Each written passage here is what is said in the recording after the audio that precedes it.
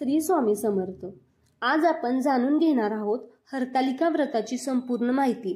हा व्रत काय आहे, हा व्रत का केला जातो, याची कथा काय आहे, हा व्रत कधीपासून सुरू झाला, पूजा पद्धत कशी आहे आणि हे केल्याने काय फायदे होतात। चला तर मग सुरुवात करूया।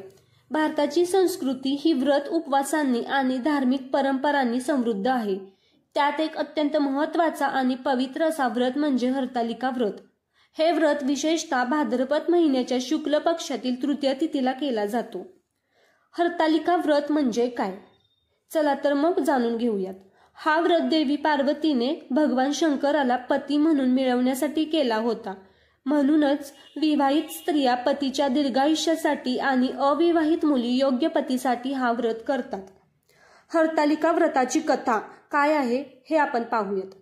चला तर मग हरतालिकेची कथा सविस्तर ऐकूया।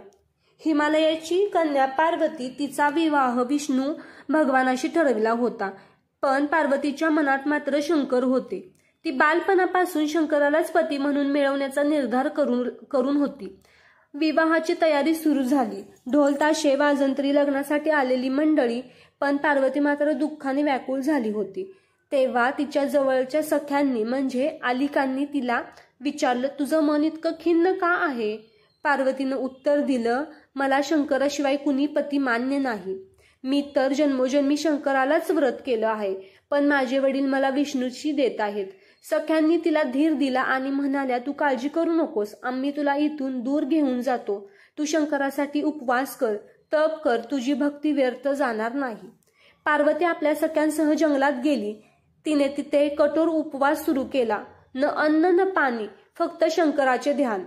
ती मातीच्या शिवलिंगाची पूजा करू लागली, बेलपत्र फुले अर्पण करू लागली।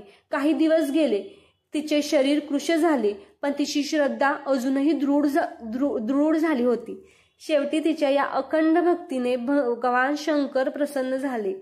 शंकर पार्वती समोर प्रकट झाले आणि म्हणाले, गौरी, तुझ्या या अखंड भक्तीने मी अत्यंत प्रसन्न झालो आहे।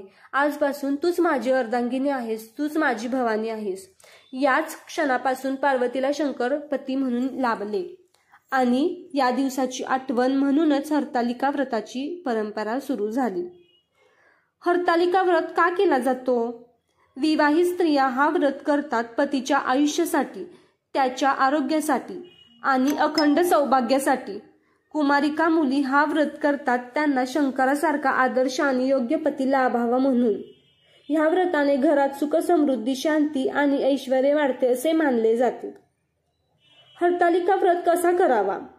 सकाळी लवकर उठून स्नान करावे, स्वच्छ वस्त्र परिधान करावे, मनोभावे व्रत करण्याची संकल्पना करावी, पूजा करण्यासाठी स्वच्छ जागा निवडावी, त्या ठिकाणी मातीच्या किंवा सोन्या चांदीच्या शिवपार्वतीच्या मूर्ती स्थापन कराव्यात, कलश ठेवावा आणि त्यावर नारळ पान फुले ठेवावीत।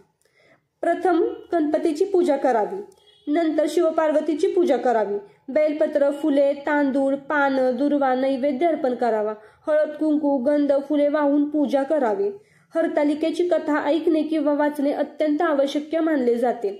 कथा न केल्यास व्रत अपूर्ण राहते असे शास्त्र सांगते। हा उपवास अत्यंत कठीण मानला जातो आणि हा उपवास सर्वांनी करायचा असतो। अनेक स्त्रिया हा व्रत निर्जळ म्हणजे अन्न पाणी दोन्ही न घेता करतात। काही स्त्रिया फक्त फळांवर उपवास करतात।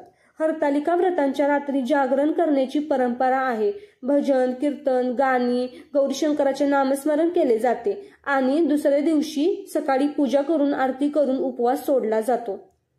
हरतालिका व्रतांचे फायदे: पतीचे दीर्घायुष्य आणि आरोग्य चांगले राहते, विवाहित स्त्रियांना अखंड सौभाग्य मिळते, कुमारिका मुलींना इच्छेनुसार योग्य पती मिळतो, घरात सुख समृद्धी शांत आणि आनंद नांदतो, संकट अडचणी रोग व्याधी दूर होतात, पती पत्नींचे नाते शंकर पार्वतीप्रमाणे पवित्र आणि मजबूत राहते। हरतालिका व्रतांचे विशेष महत्त्व काय आहे?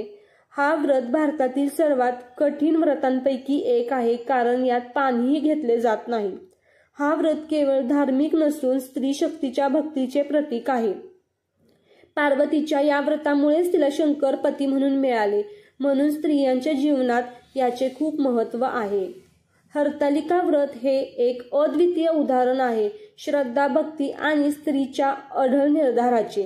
देवी पार्वतीने जसा अखंड उपवास करून भगवान शंकराला पती म्हणून मिळवले, तसाच आशीर्वाद प्रत्येक स्त्रीला या व्रतामुळे मिळतो. म्हणूनच हजारो वर्षापासून आजपर्यंत हा व्रत आपल्या भारतीय संस्कृतीत जपला गेला आहे. ही होती हरतालिका व्रताची संपूर्ण माहिती, कथा, पूजा पद्धती आणि फायदे. जर तुम्हाला हा व्हिडिओ आवडला असेल तर माझ्या चॅनलला लाईक करा, शेअर करा आणि सबस्क्राईब करा, कारण तुमचा सपोर्ट माझ्यासाठी खूप महत्त्वाचा आहे. धन्यवाद. थँक्यू. श्री स्वामी समर्थ. जय जय स्वामी समर्थ. हर हर महादेव.